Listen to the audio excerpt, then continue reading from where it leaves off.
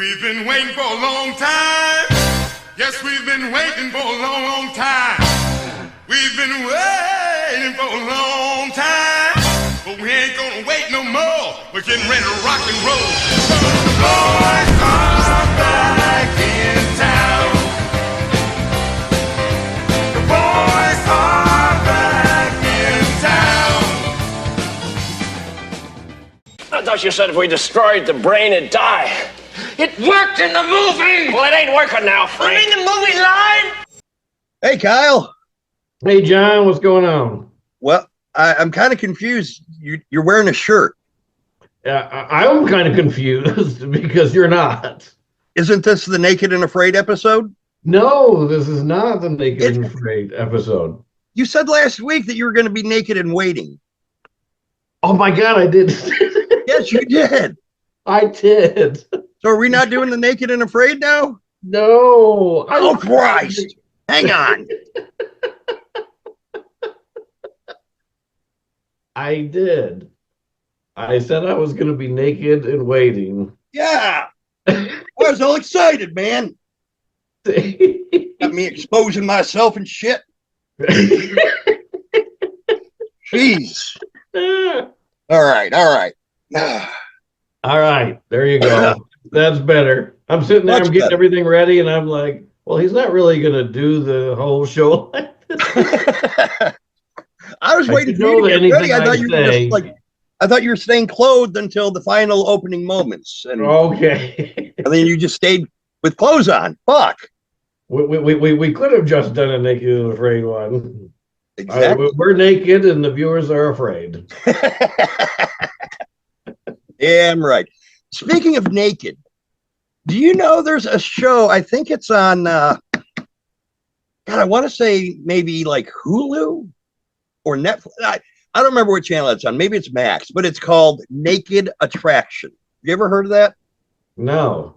It's like a dating show where one person comes out looking for a date, and based on their choice in partners, whether it's gay or straight or whatever, they have lined up 6 people behind screens, and they will slowly raise the screen. They ask a couple of questions, they raise the screen up. These people are totally naked. I mean, it's a British show, but you see their junk all over the place. I probably would not have gotten picked on a show like that. No. I think there was maybe a chance, and then you get midway, and then they're like, "No, I'm gonna go for it." You might have had a chance if you would have seen some of the gentlemen that they had on there. Really? I have never seen so much circumcised penis in my entire life, and I don't want to. Here's the kicker: I'm just surfing through the channels, and I see Naked Attraction. Huh? What's this? I turn it on, and I start laughing my ass off. I show my wife, and she gets addicted to the fucking show. Now every night I gotta watch this goddamn show. It's because she enjoys it. I'm like, no. She needs something to think about when she's with you. So she's like, okay, I remember Jerome from episode 2. All right, so we are back in the spotlight again. We're back again. We got some news. Did you hear about Toxic Avenger? Yes, I did. I can't believe the remake is actually going to come out this year. Yeah, and it's going to be unrated in theaters. It better be. that's what I'm hearing. Unrated in theaters. They're going to do a Terrifier 3 and just release it as is. Yeah, exactly. I mean, if Terrifier 3 is doing it and making all this buck, then Toxic Avenger should have been out, you know. Yeah. I can't see a Toxic Avenger remake. I mean, you've seen the original one, right? You know, I haven't. After all this time, I never saw it. I was going to get around to it. I never saw it. If you and I had continued to live in the same town, I would have seen it. I never saw it. But to me, here's the thing with all these remakes and sequels. I used to be against it. And then I realized whether the remake is good or not, it brings attention to the original. And there's going to be a lot of people like me who is finally going to say, you know what, I should have seen the original first. and I'll watch the original, and it's what gets people off their butts to watch the movie that they should have watched the entire time. So now I'm not as against them as I was, because I'm like, if it sucks, you still have the original, and if it's great, then you're like, oh my God, I wasn't expecting that, and still you'll probably go back and see the original, but you have a new one anyway. Yeah. So I'm not as against as remakes as I used to be.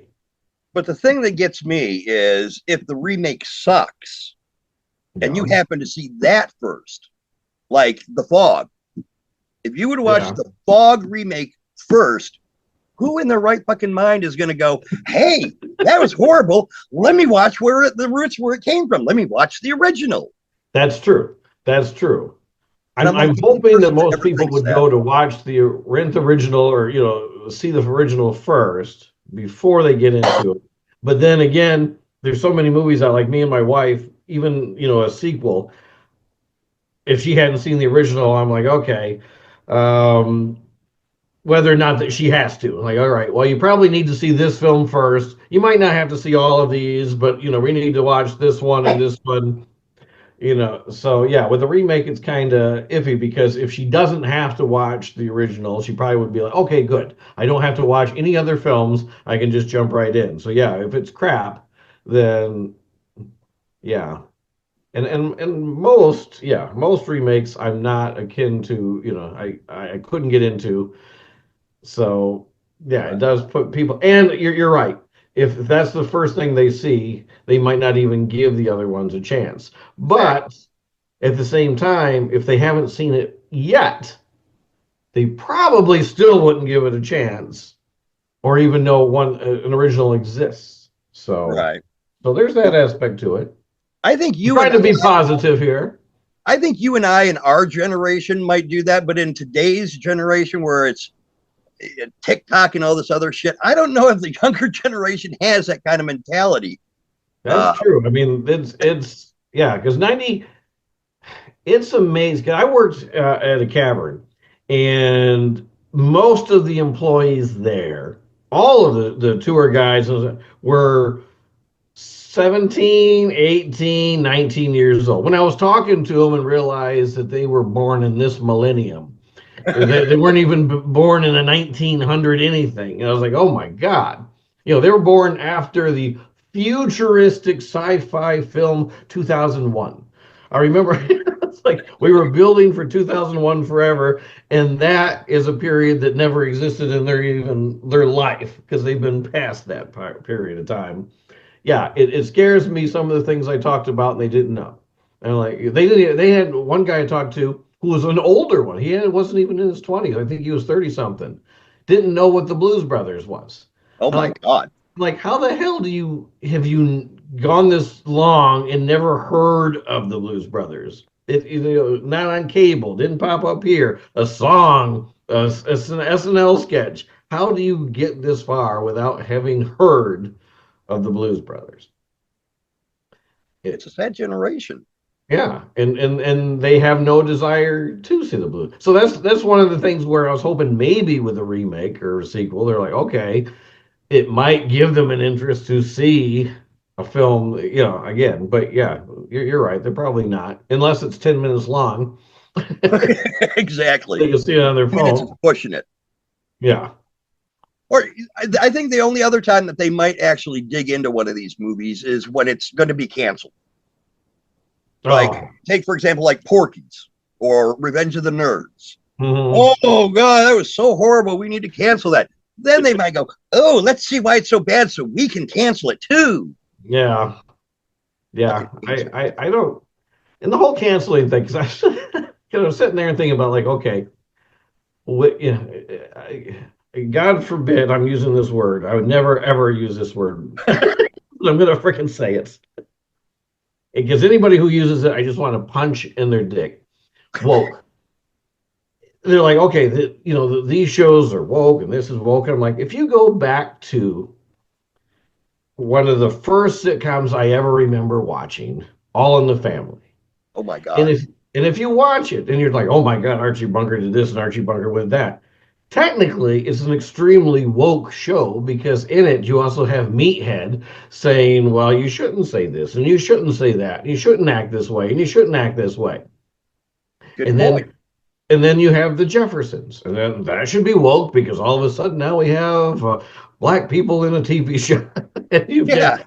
And I'm like, the world's always it's not any different now than it was then. And then if you watch them All in the Family, the song was "Those Were the Days," not "Those Were the Days." They're talking about years before them. Those were the days because they weren't happy with the way things are now. They liked them back then. And the people in the 80s wanted the 50s back. And the people now want the 80s back. Hell yeah. I was like, it just, nothing ever really changes, but people just come up with new things for us to hate. And I'm like, okay, now we're going to start tagging this. And I'm like, oh my God, let's not. Let's just find the humor in as much stuff as we possibly can and enjoy get through life. I just want to get up and laugh. I don't want to turn on the news and say, oh my God, what the frick just happened today? You've got to be shitting me. And you know, that's where we are again. Yep, exactly. All right. So that was off on a tirade. Yeah.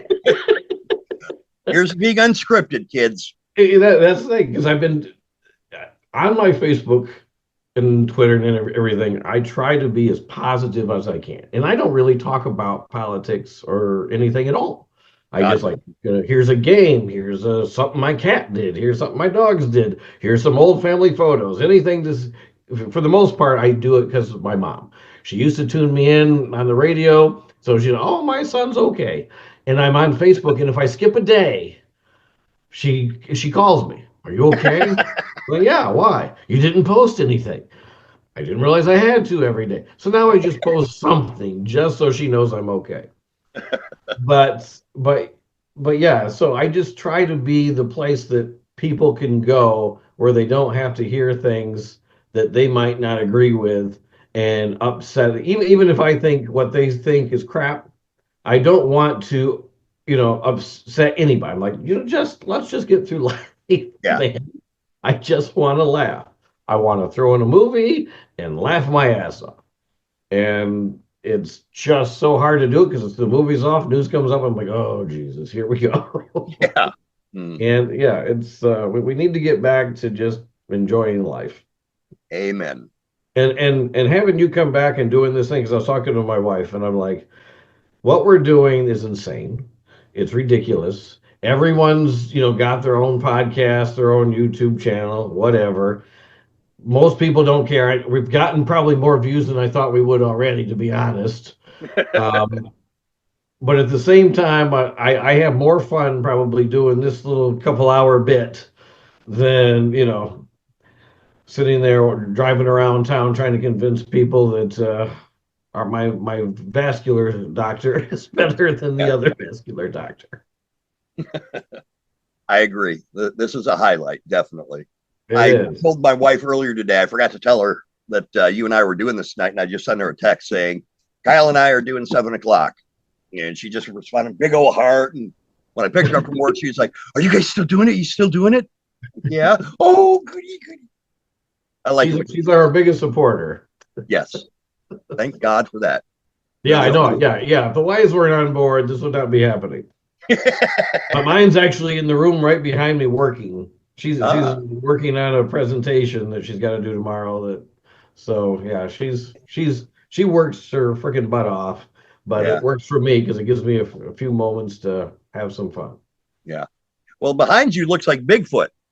It's all blurry. Oh yeah. That's just my actual room is a disaster right now, so I blurred it out. I need to make, if we're going to really start doing these, I need to make a nice little background. Like you've got movie posters and stuff. I've got a TV with a whole bunch of wires over here and a stand with a whole bunch of crap stacked up. Yeah. So I have to beautify it, but I do have some background. So once we start talking about other things, I'll dress it up. But yeah, I need to make a little studio if we're really gonna do this normally. I think we are.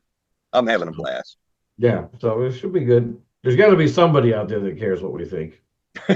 Even if they're sitting back laughing and they're like, God, what fools. Yeah. Again, as long as they're having fun laughing at us, good. And not trying to cancel us. Exactly. And if they want to cancel us, fine. Just talk about it to a lot of people about how awful we are, so they'll tune in to see just how bad we really are. Yeah. Get them views up. Right. So the other big news, and I completely missed it 2 days ago. I don't know why I didn't get a notification, but it just popped into my head today. Trash's Revenge. That campaign started for the Return of the Living Dead universe movie with the original cast and several of the crew members. Yeah, that is separate from the December 2025 Return of the Living Dead, Tarman dragging a Christmas tree, Return of the Living Dead movie, which is a completely separate project. Yeah. What do you think? I mean, I read the storyline. I'm a little bit, I'd like more information on it. I think there's actually, I think it's wrong.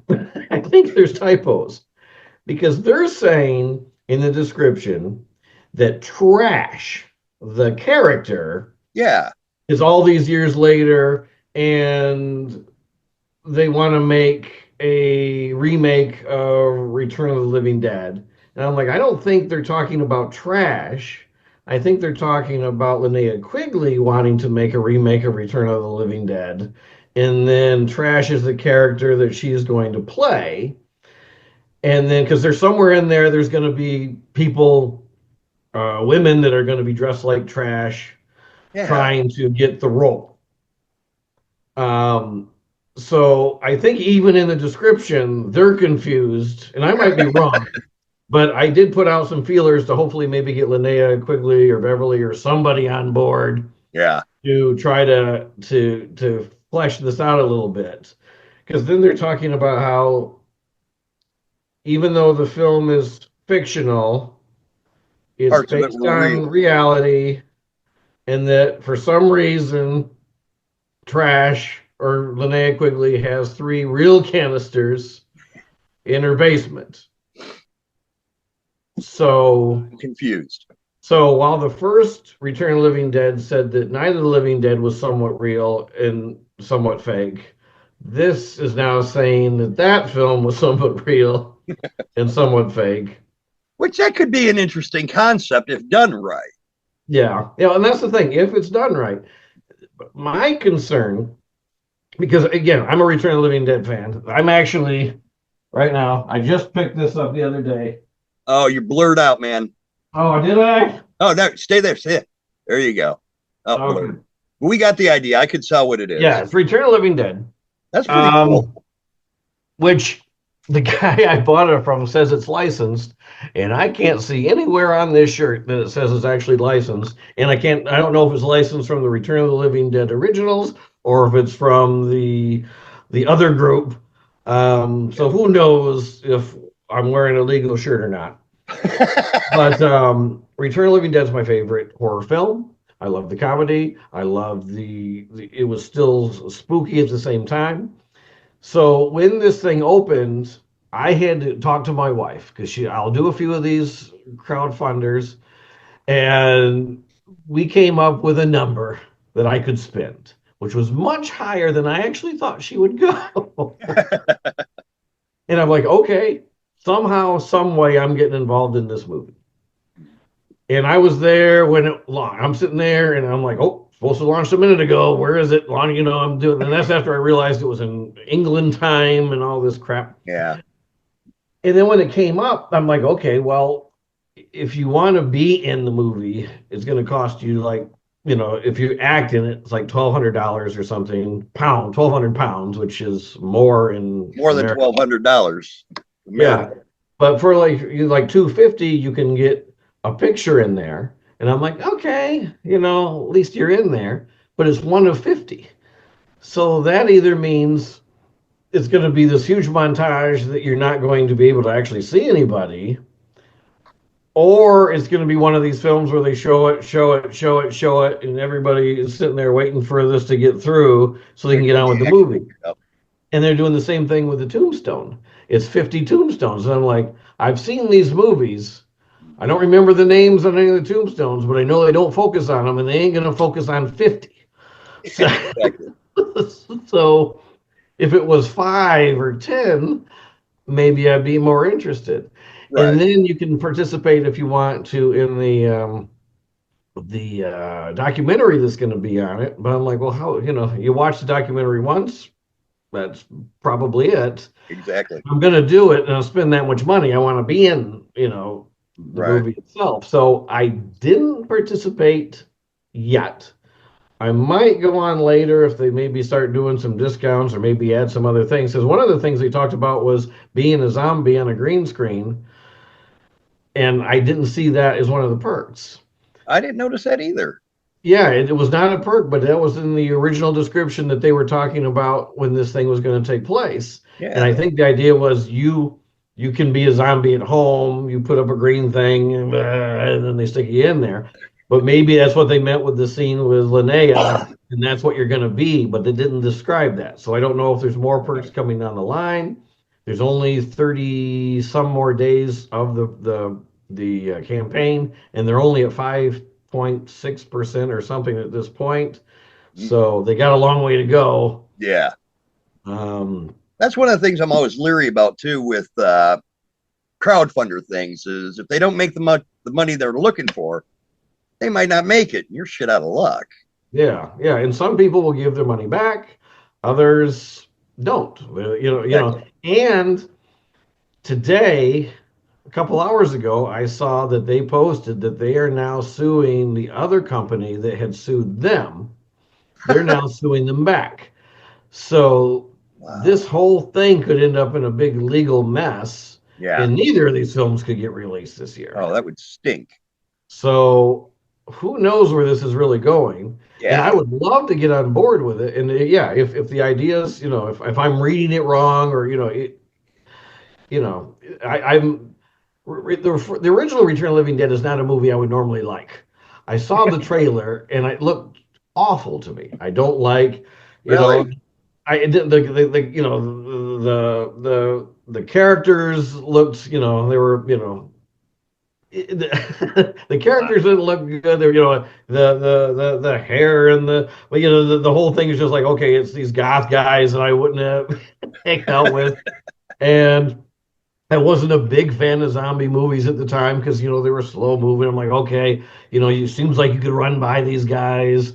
And if I had heard the soundtrack wouldn't be the type of music I would listen to.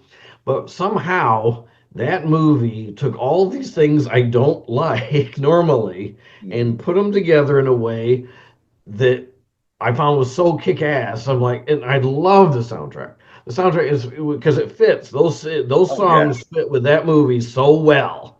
And those scenes, Burn the Flame, Tonight, all of those songs fit good. The characters, even though they're characters I normally wouldn't like, the way they play them is so well that you're like, okay, you kill off these guys really fast, and then these guys are there for the long haul, and you really start trusting these, so everything starts to play together, and it just works somehow. Yeah.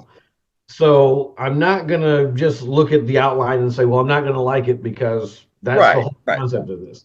I want to be surprised and say, oh my God, look at how they took that and turned it into this, a sequel with characters that I already like somehow.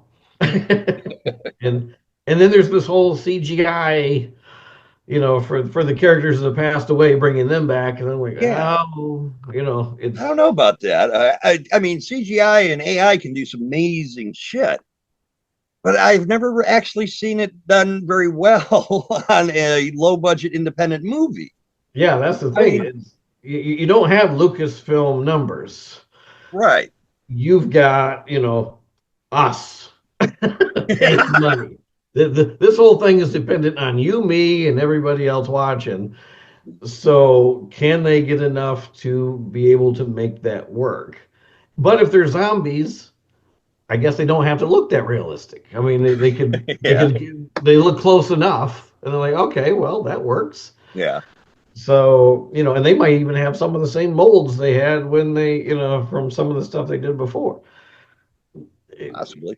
There's so many questions out there. Yeah. I don't know. I want it to work. Every movie I want to work. I don't like going to movies and they suck. I'm not one of these people like, oh my God, this isn't going to work because it's not Zack Snyder, and this is not going to work because it is Zack Snyder. I don't care. I want to go and like the damn movie. Exactly. And if I'm disappointed, okay, fine. But I want every film to succeed. And I want to see both of them. I mean, I don't know I'm not well versed at all on any of the legalities between them. I know there's trademark issues and using likenesses to profit when there's not approved. I don't know much about that. I want to see both of them. I want to see both of them do well. I want to love both of them because Return of the Living Dead franchise, even the two last ones, part 4 and 5, I can't defend part 5. But part 4, I sat down and I rewatched everything. Part 4 isn't really that bad. That's the Necropolis, where they have the robot zombies at the end. I could have done without that. Yeah. But up until the War Machine zombies, that wasn't that bad. Yeah, I watched them back again, and I always try to find something better in it. Because what I thought was interesting is when I watched them back again, I liked 2 less than I used to. Yeah, I think even the 2 guys that are the main stars that I really love. Yep. They're complaining too much. The woman screaming too much, and I'm like, there's a lot of yelling going on. And I'm like, let's just get on with the story. And I didn't. It was the same thing with A Christmas Story. When I watch Christmas Story on, when they do the 24 Hours of Christmas, there's the commercial breaks and it breaks it up. When I got the DVD and I watched it and there's no commercials and it's just back to back to back to back, that movie is nothing but kids screaming. A lot of it, I'm like, shut the hell. I'll turn the volume down. I'm like, oh my God, enough's enough already. So, and then the first one, they're screaming in certain lines, but most of it is, them talking to each other, figuring out what's going on. So, I missed that in the second one, where I think one of my favorite scenes in any movie is where they've got the woman and they've got her pinned down and they're asking her, why are you, doing this? Is like, it hurts to die and brains makes the pain go away. And I'm like, okay. Now we have a reason for this going on, and I think that just establishes something that most zombie movies don't. It's like, okay, right, yeah, they're coming to kill you. That's just what they do. Yeah. And that one said, nope, there's a reason. We're hungry. So, and that was cool. That was very cool that they actually applied some kind of sense to it. I mean, even Walking Dead, as big as it is, there's no real reason behind it. They're just, let's kill the people. Mm-hmm. Yeah, and I just like, and I've never really gotten into Walking Dead. I started to, and I actually thought because of Return of the Living Dead, it was going to be fast-moving zombies. Right. Then I watched it, I'm like, oh, wait a minute, we're back to where we were before. So yeah. So, but yeah, I don't know. So yeah, I watched them back again. I got the third one always creeps me out. Something about it, especially the one with the head that's separated and it's got the long, and they've got the contraption. They're like, oh my God, it was so unnerving. Wow. And that one I used to not like, and I'm like, what, this one is a really good zombie movie because they're doing things that no other zombie movie has done. Right. And I still not, I would have liked a joke or two in it. I don't think there's a single joke in the whole damn movie. No, I don't think so. But I think for a new spin on the exact same subject matter, I that one is moving up my list, and 2 is starting to slide down a little bit. Yeah. My problem with part 2 is it went too comedic. Yes. The zombies did not have a real good look. Mm-mm. Some of them actually looked like monsters, not zombies, not dead people. Yeah. And that fucking kid. I could not stand that kid. I mean, we could have done without the kid and just kept everybody else. Yeah. Part three is a great entry because it is a different spin on everything. The girl causing herself pain to keep the hunger away as she's dying. You're right. No fucking comedy. No jokes at all. I wish one of the things I was hoping with that, looking back at it, I wish they would have brought back the two guys that were in the first one, Frank and shit. Can't think of his name.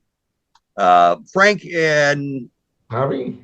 Is that his name? Or am I thinking of something? No, the character that was with him at the morgue. Yeah. In the beginning of the movie that sucked up Freddie? Is it Freddie? Freddie. Frank and Freddie. Yep. They brought them over into part 2 as different characters.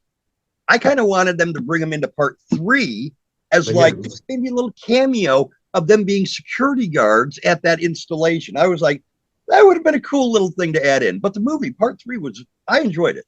Not many people did. They did not care for it. There's an expanded version out on like DVD, I think, where they restored a lot of the gore and stuff. Yeah, that's the one I've got. Yeah. But I really enjoyed it. That one was a good entry. Part 2, to be honest, I've watched all of them again. I watched 1, 3, 4, 5. Part 2, I just kind of pushed it out. I'm not ready to watch part 2 again. Yeah. And 4 and 5, because I thought the same thing. 2 was too funny, 3 was too serious. And 4 and 5, once you shoot them in the head and it works, I'm like, wait a minute, you're destroying what was so good about the original 3 was that you can't kill them that easy. And I know they were using a different triaxin or something, and I guess in the new one they're going back to the original triaxin. At least that's what the description says. But it's the same company, I think, making it that made 4 and 5, I think. Yeah, that's what I heard. I heard the folks behind 4 and 5 are behind the 2025 Christmas one. Yeah. Hey. There you go. Look at you. They're gonna put me in the movies. Ever hear that song? Yes. It's a good song. That song creeps the ever-loving shit out of me. What? There was a TV horror host, I think it was The Ghoul, back in the 80s when I was, or maybe even the 70s. Yeah, the 70s. When I was young, I would stay up and watch that with my dad. And at the end of it, it would have that fucking song. And for some reason, as a child, that song scared the shit out of me. And it's carried over into modern day. The only song that scared me was the 8 more days till Halloween. Halloween. That for me, I thought you were doing a bed. Yeah, that one. I don't like snakes. I wasn't prepared when I went into that movie that we weren't stabbing people, that we were going to have people turn into snakes and friggin' spiders and shit. I was like, what in the hell? So that spooked the hell out of me. I was not expecting that. Yeah.